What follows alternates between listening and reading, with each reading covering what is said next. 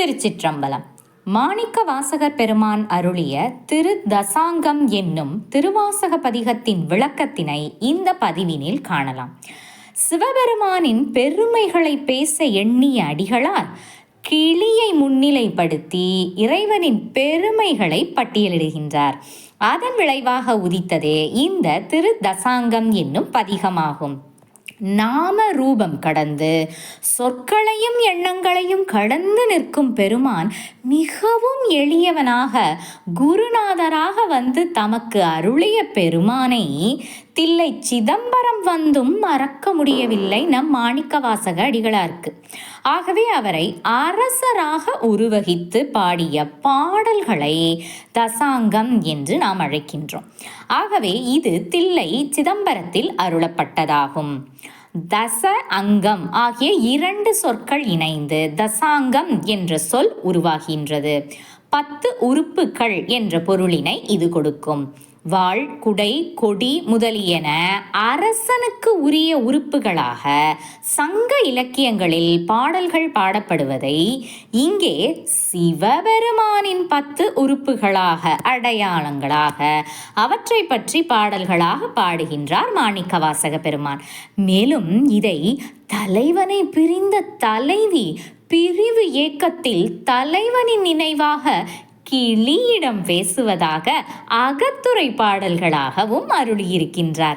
இங்கே மாணிக்கவாசக பெருமானை நாம் மாணிக்க நாயகியாக கற்பனை செய்து கொள்ள வேண்டும். பிரிந்திருக்கும் அந்த தலைவனின் நாமம், நாடு, ஊர் என்ன முதலியவற்றை கிளியிடம் கேள்வி கேட்டு கிளி பதிலளிப்பதாக மாணிக்கவாசக நாயகியே பதிலும் கூறிக்கொள்வது போல் இந்த பாடல்களை நாம் ஓத வேண்டும். கிளியை மையப்படுத்தி பாடல்கள் பாடுவதனால் இந்த பதிகத்தினை கிளி 10 என்றே அழைக்கலாம். ஆனால் இந்த பதிகத்தின் சொல்லப்படும் முக்கிய கருத்தினை முன்னரே அறிவிக்கும் வண்ணம், கருப்பொருளை குறிக்கும் வண்ணம் தசாங்கம் என்று பெயர் பெற்றுள்ளது. இறைவனுடைய தசாங்கமாகவே இது திரு என்னும் அடை புணர்க்கப்பட்டு திரு தசாங்கம் ஆயிற்று.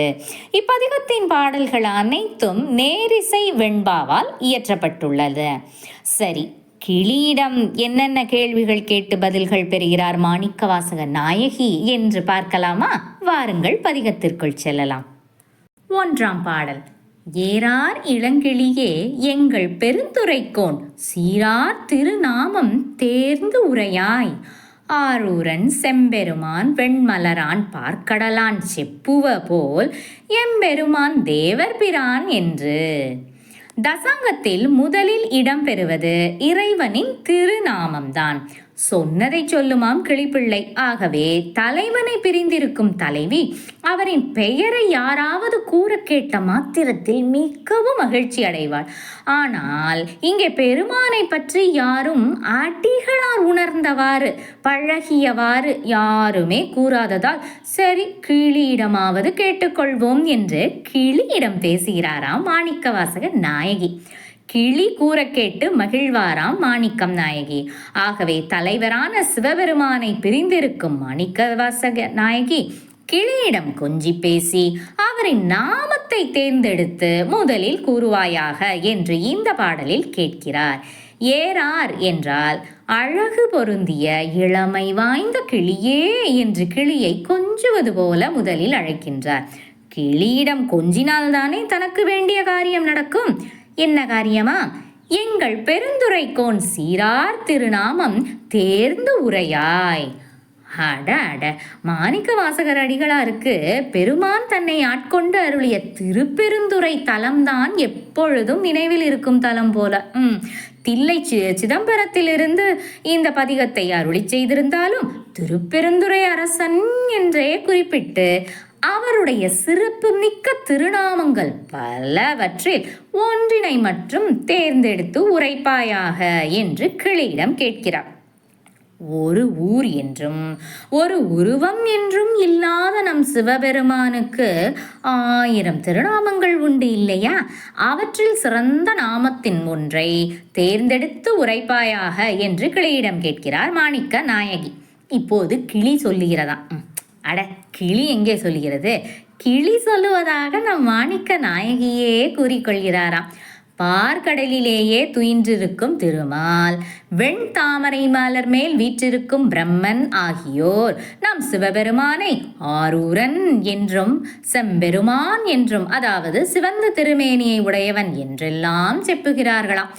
அவற்றில் சிறந்த திருப்பெயர் ஒன்றினை நீ தேர்ந்தெடுத்து கூறு என்று கிளியிடம் சொல்லிவிட்டு, அவற்றில் சிறந்த பெயர் என்ன என்று அதனிடம் சொல்லிவிட்டு, இவரே சிறந்த நாமம் எது என்று கூறுகிறார். என்னுடைய பிரானான சிவபெருமான் தேவர் பிரான் என்று நீ உரைப்பாயாக என்று மாணிக்க நாயகி கிளியும் தானும் பேசிக்கொள்வதாக பாவனை செய்கிறார். தனக்காக ஏதும் தெரியாது சொன்னதை சொல்லும் கிளி பிள்ளை அல்லவா பெருமானின் சிறந்த திருநாமம் யாது என்பதனை அடிகளாரே கிளிக்கு சொல்லிக் கொடுக்கின்றாராம். அட, நாமும் தானே தெரிந்து கொண்டோம். தேவதேவன் நம் சிவபெருமான் என்று நாளும் போற்றி அவரை துதிப்போம். சரி, வாருங்கள் அடுத்த பாடலில் என்ன கேட்கிறார் மாணிக்க நாயகி என்று பார்க்கலாம். 2ஆம் பாடல். ஏதமிலா இன்சொல் மரகதமே ஏழ் பொழிர்க்கும் நாதன் நமை ஆளுடையான் நாடு உரையாய், காதல் அவர்க்கு அன்பு ஆண்டு மீளா அருள் புரிவான் நாடு என்றும் தென்பாண்டி நாடே தெளி. ஏறார் இளங்கிளியே என்று சென்ற பாடலில் கிளியை விழித்தவர் இந்த பாடலில் ஏதமில்லா இன்சொல் மரகதமே என்கிறார். ஏதம் என்றால் குற்றம், ஏதம் இல்லா என்றால் குற்றம் இல்லாத, அதுவும் இனிமையான சொற்களை மட்டுமே பேசுகின்ற மரகத பச்சை நிறம் கொண்ட கிளியே என்று அந்த கிளியை விழிக்கின்றார் மாணிக்கம் நாயகி. மரகதம் என்றது உவமை ஆகுபெயராய் கிளியை உணர்த்துகின்றது.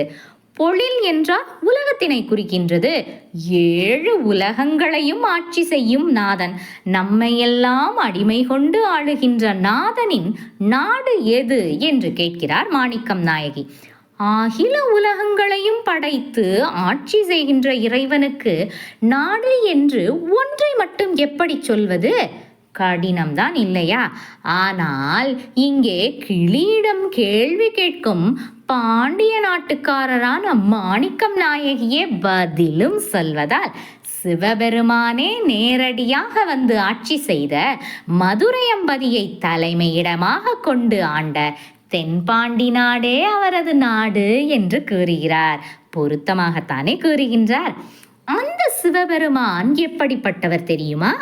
தன்பால் அன்பு கொண்ட அடியார்களை அன்பினால் ஆண்டு கொள்பவர், அவர்களை பிறவிக்கு மீண்டும் வராதபடி அருள் செய்வோனாகிய பெருமான் அவர் என்று அவரது பெருமையை கிளி சொல்லி மாணிக்க நாயகி கேட்டு இன்புறுவது போல இந்த பாடலை பாடி நம்மையும் இன்பமடைய வைக்கிறார் தென்பாண்டி நாட்டுக்காரரான வாதவூர் அடிகள்.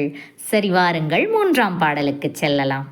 நாடு என்ன என்று கேட்டாயிற்று. அடுத்து அந்த நாட்டில் எந்த ஊர் அவருடைய ஊர் என்று நாம் தெரிந்து கொள்ள வேண்டாமா?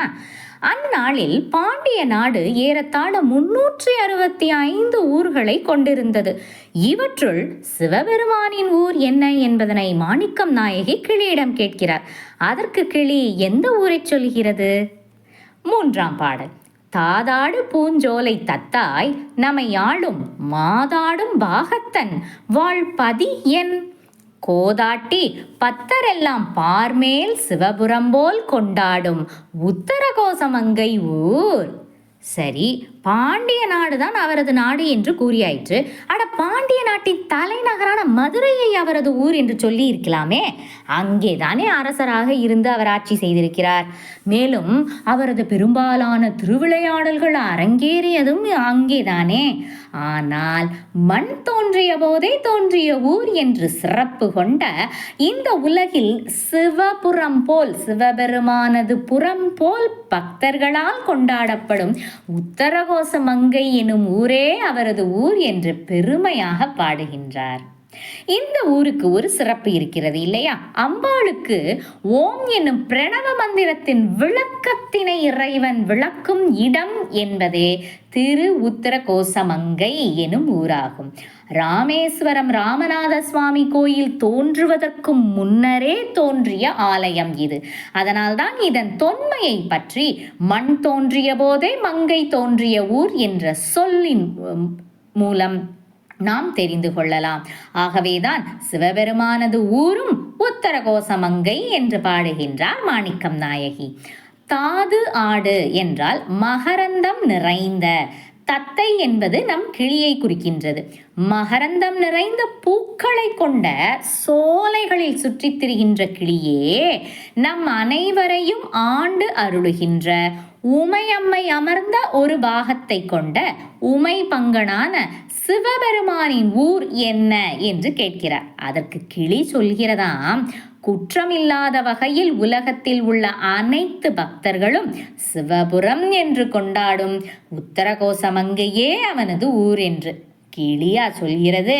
கிளி சொல்வது போல மாணிக்கம் நாயகியே கூறிக்கொள்கிறார். கோது என்றால் குற்றம், கோதாட்டி என்றால் குற்றமில்லாத வகையில் பாராட்டப்படும் உத்தரகோசமங்கை ஊர். உத்தரகோசமங்கையே அவனது ஊர் என்று பெருமைப்பட பாடுகிறார். அட அட அட, பெருமானின் ஊரான இந்த உத்தரகோசமங்கை தலத்திற்கு வாழ்வில் ஒரு முறையேனும் நாம் சென்று தரிசித்து வர வேண்டும். அதற்கும் அவன் அருள் வேண்டும். அவன் அருளை பெற அடுத்த பாடலை பாடி முயற்சி செய்வோம், வாருங்கள். 4ஆம் பாடல்.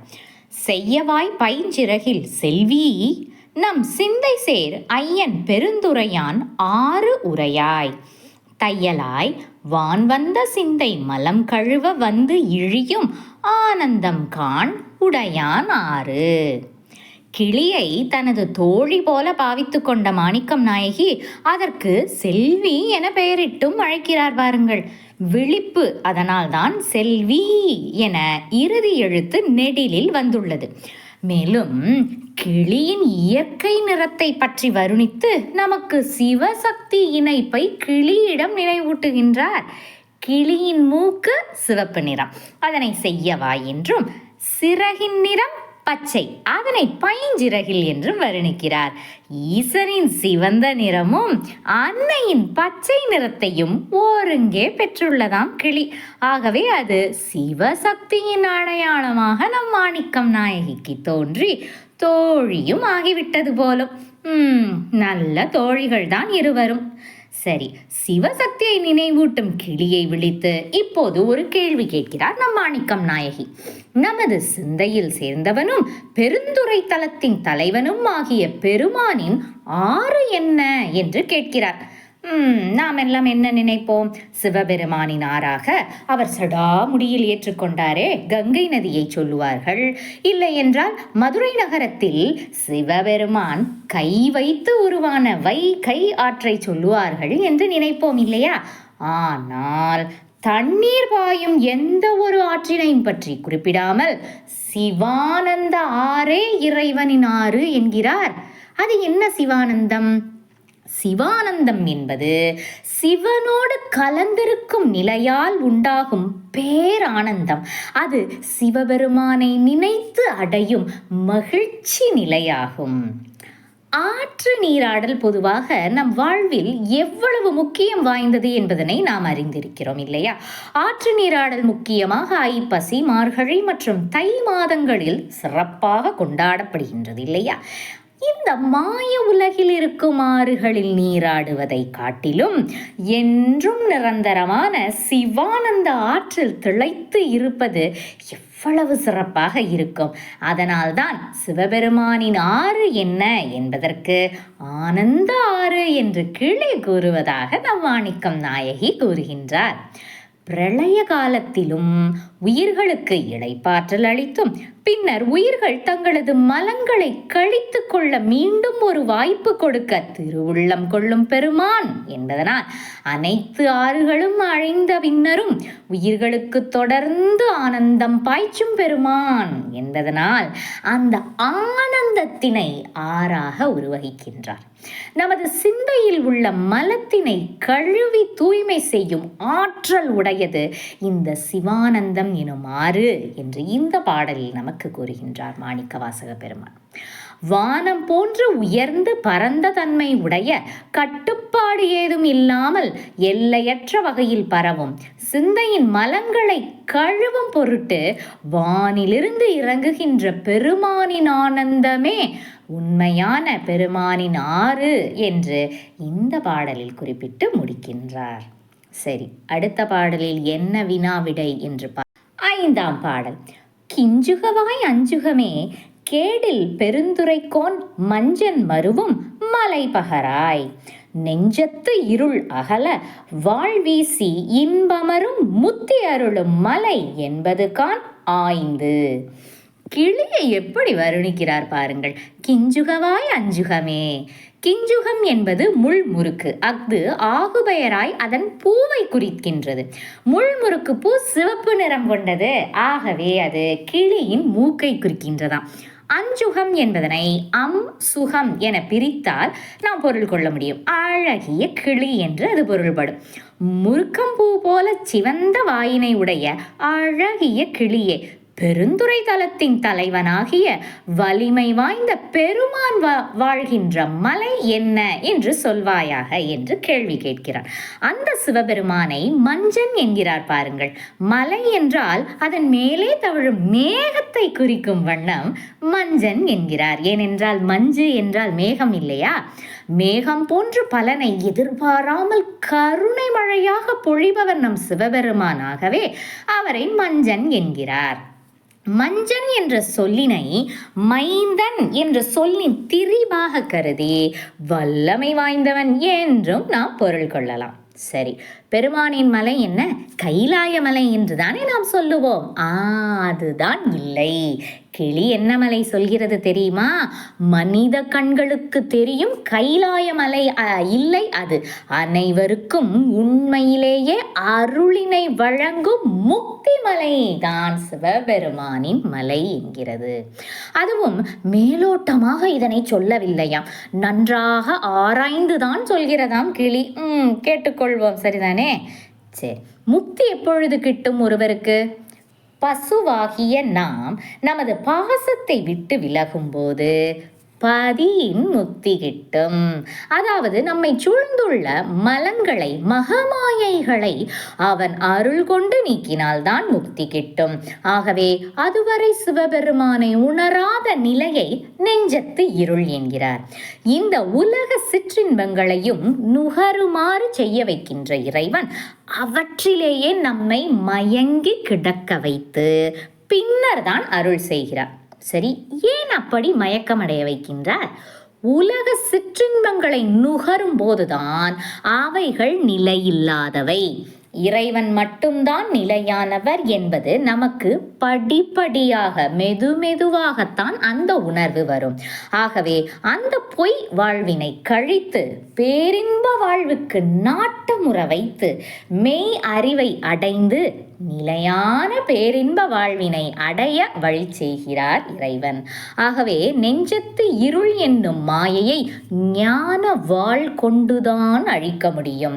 ஆகவேதான் வாழ்வீசி, அந்த நெஞ்சத்து இருளை வாழ்வீசி இன்பமரும், இன்பத்தினை தரும் முக்தியினை அருளும் மலை சிவபெருமானது உண்மையான மலை என்று கிளி பாடுவதாக மாணிக்கம் நாயகி பாடுகின்றார். அட அட அட. சரி, வாருங்கள் அடுத்த பாடலுக்கு செல்லலாம். 6ஆம் பாடல். இப்பாடே வந்து இயம்பு கூடு புகழ் என் கிளியே, ஒப்பாடா சீருடையான் ஊர்வது என்னே, எப்போதும் தேன்புரையும் சிந்தையராய் தெய்வப்பெண் ஏத்திசைப்ப வான் புரவி ஊரும் மகிழ்ந்து. கிளியை பார்த்து, கிளியே கூட்டுக்குள் ஏன் இப்போது செல்கிறாய்? என்ன அவசரம் உனக்கு? இரு இரு, இன்னும் நான் சிலவற்றை உன்னிடம் கேட்க வேண்டும், அதற்கு நீ பதில் சொல்ல வேண்டும். வா, இங்கே வந்து என் பக்கத்தில் அமர்ந்து கொண்டு சொல்வாயாக என்று மாணிக்க நாயகி கூறுகிறாளாம். பெருமானை பிரிந்த ஏக்கத்தை கிளியின் மூலம் போக்கிக் கொள்ளலாம் என்று எவ்வளவு ஆசை பாருங்கள் நம் மாணிக்கம் நாயகிக்கு. சரி, கிளியிடம் இப்போது என்ன கேள்வி கேட்கிறாராம்? ஒப்பு ஆடா, உவமை சொல்ல ஒண்ணாத, யாரையுமே உவமை காட்ட முடியாத சீரும் சிறப்புகளையும் கொண்ட சிவபெருமானின் ஊர்தி என்ன என்று கேட்கிறார் பாத ஊரடிகள். அதற்கு கிளி இவ்வாறு கூறுகிறதாம்: சிவானந்தத்தேன் ஊறுகின்ற சிந்தையராய் தெய்வ பெண்கள் எல்லோரும் எப்போது பெருமானின் புகழினை இசைத்து பாடும் வண்ணம் அவர் சிறந்த குதிரையின் மீது ஊர்ந்து வருகின்றார் என்பது பொருள். வானத்து ஊர்தல் என்றால் வானாகதியாக செல்லும் பொழுது, அதனாலே அங்கே இருக்கும் மகளிர் தெய்வ மகளிர் இன்புற்று வாழ்த்துகின்றனராம். அட, என்ன இது, பெருமானின் ஊர்தி இடபம் இல்லையா? காளை மாடுதானே அவரது ஊர்தி, எவ்வாறு குதிரை என்று கூறுகிறார்? புரவி என்றால் குதிரைதான், சரி. புறத்தல் என்ற சொல்லிற்கு தாங்குதல் என்ற ஒரு பொருளும் இருக்கிறது. இறைவனை தம்மேல் தாங்குதலால் இடபம் புரவி எனப்பட்டது. இது உவம ஆகுபெயராக காளை மாட்டினையே குறிக்கின்றது. மேலும் குதிரை வாங்க சென்ற தன்னை தடுத்து ஆட்கொண்ட பெருமான் பின்னர் பாண்டிய மன்னனிடம் இருந்து தன்னை காப்பதற்கு குதிரை சேவகனாகத்தானே வந்தார். அதனால்தான் குதிரைக்கும் மாணிக்கவாசகருக்கும் சிவபெருமானுக்குமே ஒரு தொடர்பு இருக்கிறது போலும். ஆகையால் தான் காளை மாட்டினை புரவி என்று மறைமுகமாக அருளி செய்துள்ளார். இதே போலதான் அருணகிரிநாதரும் பிற்பாடு தனது கந்தர் அனுபூதியின் முதல் பாடலில் முருகப்பெருமானின் வாகனமாக மயிலினை ஆடும் பரி என்றே குறிப்பிட்டிருப்பார். ஆகவே தாங்குதல் என்ற பொருளில் புரவியை இடப வாகனம் என்றே நாம் பொருள் கொள்ளலாம். சரிதானே? 7ஆம் பாடல். கோற்றேன் மொழி கிள்ளாய் கோதில் பெருந்துரைக்கோன் மாற்றாரை வெல்லும் படை பகராய் ஏற்றார் அழுக்கடையா நெஞ்சு உருக மும்மலங்கள் பாயும் கழுக்கடை காண் கைகொள் படை. கோல் தேன் என்பதுதான் கோற்றேன் என வந்துள்ளது. அதாவது கொம்புத்தேன். கொம்புத்தேன் போன்ற இனிய மொழியை உடைய கிளியே, குற்றமில்லாத திருப்பெருந்துறைக்கு மன்னன் தனது பகைவர்களை வெற்றி கொள்ள பயன்படுத்தும் படை, அதாவது ஆயுதம் என்ன என்று எனக்கு பகர்வாயாக என்று கிளியிடம் கேட்கிறார் மாணிக்கம் நாயகி. கிளி என்ன பதில் கூறுகிறது? தன்னால் ஆட்கொள்ளப்பட்ட அடியவரது களங்கம் அடையாத மனம் உருகும்படி அவர்களது மும்மலங்களையும் அறுக்கும் சூலமே, திரிசூலமே அவரது கையில் கொண்டிருக்கும் ஆயுதம் என்கிறது கிளி. கழுக்கடை என்பது முத்தலை சூலமாகும். ஏன் 3 தலைகளை கொண்டிருக்கின்றது? ஆணவம், கன்மம், மாயை எனும் 3 முக்கிய மலங்களையும் அழிக்கும் பொருட்டு 3 தலைகளை கொண்டு அது விளங்குகிறது. பெருமானால் ஆட்கொள்ளப்பட்ட அடியார்களை பீடித்து உலுக்குகின்ற 3 மலங்களையும் அறுத்தெறியும் சூலப்படைதான் சிவபெருமானின் பகைவர்களையும் வெல்லுகின்ற படையாகவும் விளங்குகின்றது என்று மாணிக்கம் நாயகி கிளியின் மூலம் நமக்கு கூறுகின்றார். அடியார்களின் பகையை தனது பகையாக நினைப்பவர் நம் சிவபெருமான். அதனால்தான் பக்குவப்பட்ட அடியார்களின் பகையாகிய 3 மலங்களையும் தனது பகையாக கருதி செயல்படும் பெருமான் என்று இங்கே புகழ்கின்றார். இவர்தான் நம் உண்மையான தலைவன் இல்லையா? இவரை வணங்குவதே நமது தலையாய கடமையாகும். சரி, மாணிக்கவாசகரின் கூற்றுப்படியே சிவபெருமானை வணங்குவோம். அவரின் அடுத்த பாடல் மூலியமாக வாருங்கள். 8ஆம் பாடல். இன்பால் மொழி கிள்ளாய் எங்கள் பெருந்துரைக்கோன் முன்பால் முழங்கும் முரசு இயம்பாய் அன்பால் பிறவிப்பகை கலங்க பேரின்பத்து ஓங்கும் பருமிக்க நாதப்பறை. கிளி தனது கூண்டிற்குள் செல்லாமல் தன்னுடன் பேசிக்கொண்டே இருக்க வேண்டும் என்ற முனைப்புடன் மாணிக்கம் நாயகி எண்ணுவதால் கிளியை உற்சாகப்படுத்த பல விதமாக கொஞ்சி பேசி அழைக்கிறார். இந்த பாடலில் எவ்வாறு அழைக்கிறார்? இனிய பால் போன்ற மொழியினை உடைய கிளியே என்று. அட அட, கிளியின் உள்ளம் நன்றாகவே குளிர்ந்திருக்கும். சரி, என்ன கேள்வி இப்போது? எங்கள் திருப்பெருந்துறை மன்னனது முன்பு ஒலிக்கின்ற முரசு எது என்பது கேள்வி. முரசு என்பது பழங்கால தமிழ்நாட்டில் மன்னர்கள் பயன்படுத்திய ஒரு மிக தொன்மையான தாள வாத்தியமாகும். தோல் கருவியினால் ஆன வாத்தியமாகும். சிவபெருமானை அரசன் என்று அவர் புகழ்வதால் அரசரின் முக்கிய அடையாளங்களுள் ஒன்றான முரசினை பற்றி குறிப்பிட்டு சிவபெருமானின் முரசு என்ன என்று கேட்கிறார். கிளி என்ன சொல்கிறது? அன்பு காரணமாக அடியவரது பிறவியாகிய பகை கலங்கி அழிய பேரின்ப நிலையிலே மிக்கு ஒலிக்கும் பருமை மிகுந்த நாதமே பறை என்று கூறுகிறது. அதாவது ஓம் எனும் மந்திரம் ஒலித்து கொண்டே இருக்கும் அல்லவா, அந்த நாதமே ஈசனின் பறை ஆகும். உயிர்களின் பகையாக விளங்குவது எது?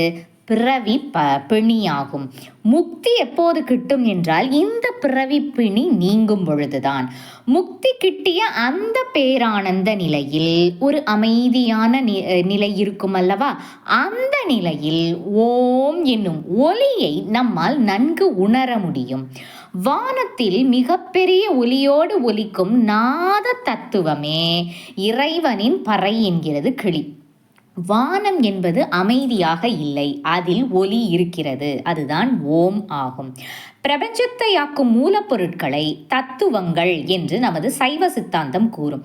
நாம் சைவ சித்தாந்தத்தில் மொத்தம் 36 தத்துவங்கள் உள்ளன. அவற்றுள் சிவானுபூதி என்று அழைக்கப்படும் ஓம் என்னும் நாத தத்துவம் என்பதே முதன்மையான மற்றும் ஏனைய எல்லா தத்துவங்களிலும் பெரிதான ஒன்றாகும். ஓம் என்பது பிரபஞ்சத்தின் ஆதி ஒலியாகும்.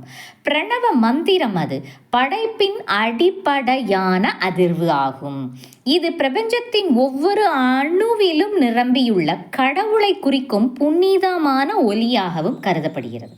இது அ, உ மற்றும் இம் என்னும் 3 எழுத்துக்களால் ஆனது.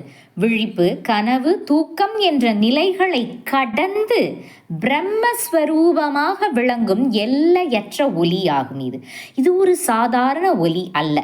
பிரபஞ்சத்தின் ஒவ்வொரு மூலையிலும் அணுக்களிலும் ஒலிக்கும் ஆற்றல் அதிர்வு ஆகும். இதனை சமீபத்தில் 2023 விஞ்ஞானிகள் காஸ்மிக் ஹம் என்று கண்டுபிடித்து சொல்லியுள்ளனர்.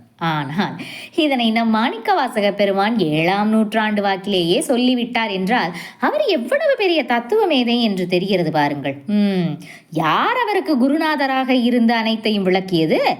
அதன் விளைவுதான் இன்றைய விஞ்ஞானிகள் பல வருட காலங்கள் ஆராய்ந்து கண்டுபிடிக்கும் ஒவ்வொரு விஷயங்களையும் இவர் பல நூற்றாண்டுகளுக்கு முன்னரே சொல்லி வைத்திருக்கிறார். சரி, வாருங்கள் அடுத்த பாடலில் என்ன கேள்வி என்ன விடை என்று பார்க்கலாம். 9ஆம் பாடல்.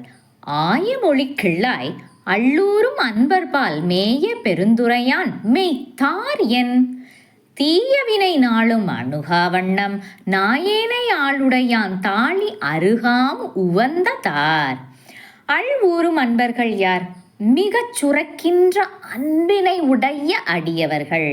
இவர்களுடனேயே எப்போதும் பொருந்தி இருக்கக்கூடிய பெருந்துரையான் ஆகிய சிவபெருமான் உடலில் தவழும் தார், அதாவது மாலை என்ன என்று கேட்கிறார் மாணிக்கம் நாயகி. மெய் என்றால் சிவபெருமானது திருமேனியாகும். அதற்கு கிளி என்ன பதில் சொல்கிறது? முதலில் பாட்டுடை தலைவனை புகழ்கின்றதாம். தீவினைகள் நாளும் அணுகா வண்ணம் நாயேனை ஆளாக உடையவன் என்று கிளி புகழ்வது போல் மாணிக்க வாசகர் தனது வாழ்க்கை வரலாற்றினை தான் கூறுகின்றார். அவரை சிவபெருமானை புகழ்ந்த பின் அவர் விரும்பி அணிந்த மாலை அருகம்புல் மாலையே என்று கூறுகிறதாம் கிளி. தாளி அருகு என்கிறார் பாருங்கள், அதாவது தழைத்து படர்ந்த அருகம்புல் என்று அர்த்தம். இந்த தாளி அருகு என்பதனை என்ற சொற்றொடரை திருவாசகத்தில் 3 இடங்களில் பாடுகின்றார் வாதவூர் பெருமான். தாளி அருகின் தாராய் போற்றி என்று போற்றி திரு அகவலிலும், தாளி அருகினர் சந்தன சாந்தினர் என்று அன்னை பத்திலும், இதோ இந்த திரு தசாங்கத்திலும் பாடியிருக்கின்றார். அட அட அட, சிவார்ச்சனைக்கு மிகவும் சிறந்தது அருகம்புல்லாகும். அடியார்களால் அர்ச்சிக்கப்பட்ட அருகினை சிவபெருமான் அன்புடன் தார் மாலையாக ஏற்றுக்கொள்கிறாராம். இந்த அருகம்புல்லை எடுத்து சிவபெருமானை பக்தியுடன் அர்ச்சித்தால் இனி பிரவா நிலையாகிய சிவகதி அடைய முடியும். இவ்வளவு பெருமை கொண்டது இந்த சாதாரண அருகம்புல்லானது. அருகம்புல் அப்படி என்ன சிறப்பினை நமக்கு பெற்று தந்துவிட போகிறது என்று நாம் யோசிப்போம் இல்லையா? இதோ இந்த அருகம்புல் தரும் சிறப்பினை பற்றி மிகவும் அழகாக தமிழ் பாடல் வாயிலாக வள்ளலார் சுவாமிகள் அருளி இருப்பதனை நாம் காணலாம். இதோ அவர் அருளிய பாடல். பகுதி தகுதி விகுதி, நன்றாக கவனித்துக் கொள்ளுங்கள். பகுதி தகுதி விகுதி என்னும் பாட்டில் இகலில் இடையை இரட்டி தகவின் அருச்சித்தால் முன்னா அது கடையாம் கண்டீர் திருச்சிற்சபையானை தேர்ந்து. இதன் பொருள் என்னவென்றால், பகுதி தகுதி விகுதி என்னும் இந்த 3 சொற்களின் இடையில் உள்ள கு என்னும் எழுத்தை இரட்டித்தால், பாருங்கள் 3 சொற்களிலும் நடுவில் இருக்கும் எழுத்து கூதானே, அதனை இரட்டிக்க வேண்டுமா? குகு குகு கூக்கு, மொத்தம் எத்தனை கு? 6 கு. அதுவே அருகு ஆயிற்று இல்லையா? இந்த அருகு கொண்டு சிற்சபை யானை, அதாவது நடராஜமூர்த்தியான சிவபெருமானை அர்ச்சித்தால் முன்னர் கூறிய 3 சொற்களின் முதலில் வரும் எழுத்துக்களை கூட்டினால் வருவது கிட்டுமா? அது என்ன அந்த எழுத்து? பகுதி தகுதி விகுதி. முதல் எழுத்துக்கள் என்னென்ன? ப த வி. பதவி கிட்டுமாம். என்ன பதவி? சிவபதம் என்னும் பதவிதான். அது கடையாம். பதவியாகிய சிவபதம் என்னும் நிலை வந்தால் கடைசி எழுத்தினை கூட்ட 3 சொற்களிலும் உள்ள கடைசி எழுத்து என்ன? தீ தீ தீ. 3 தீ வரும். அதாவது முத்தி, அதாவது மோட்சம் கிடைக்கும். டடாடாடா, இவ்வாறு வள்ளலார் சொற்களை நயம் பட கையாண்டிருக்கிறார் பாருங்கள். சிவபெருமானுக்கு உகந்ததான இந்த அருகம்புல்லே பின்னாளில் அவரது மூத்த மைந்தனான கணபதிக்கும் கொடுக்கப்பட்டுள்ளது. இதன் மூலம் அருகம்புல்லின் சிறப்பினை பற்றி நமக்கு நன்றாக தெரிய வருகின்றது இல்லையா?